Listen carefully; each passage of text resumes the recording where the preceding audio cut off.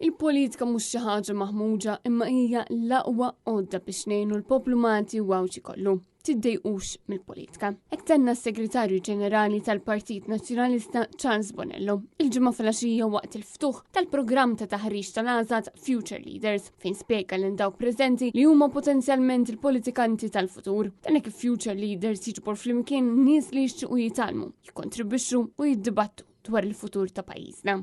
Charles Bonello stqal li Future Leaders huwa għal qalbu ħafna ġewwa inizjattiva li tagħti esperjenza ta' kif il-politika tista' tassew twassal għal ħafna ġid. L-iftuħ tal-Future Leaders kien indirizzat ukoll minn rappreżentanta tal-Konrad Adenauer Foundation, Francesca Tralli, li spjegat li żgħażagħ preżenti li fil-preżent qed naffaċċjaw żmien ta' sfidi, ta' gwerer u aggressjoni, dan flimkien ma' sfidi fuq id-demokrazija. Il-programm fuq inizjattiva ta' għaża timmexxi minn Rodrika Ġusina ta' bidu l-ġimgħa filgħaxija u dawk preżenti kienu indirizzati wkoll mix-Shadow Minister Ivan Bartolo. Matul il-jum tas-Sibt fid-Dar Ċentrali żgħażagħ ingħataw tarif dwar il-public speaking, l-użu tas-social media. Taħriġ dwar il-kitba tal-artiklu u l-aħbarijiet kif ukoll taħriġ dwar kif titkellem fuq it-televiżjoni u l-medja. Is-sezzjoni ta' Novembru ta' Future Leaders tiġi fit-tmiema il-ħadd filgħodu bis-sessjoni ta' Q&A mal-kap tal-Partit Nazzjonalista Alex Borg. Intant dan il-programm għandu storja ta' suċċess kif uħud minn dawk li ħadu sem f'edizzjonijiet preċedenti huma membri parlamentari,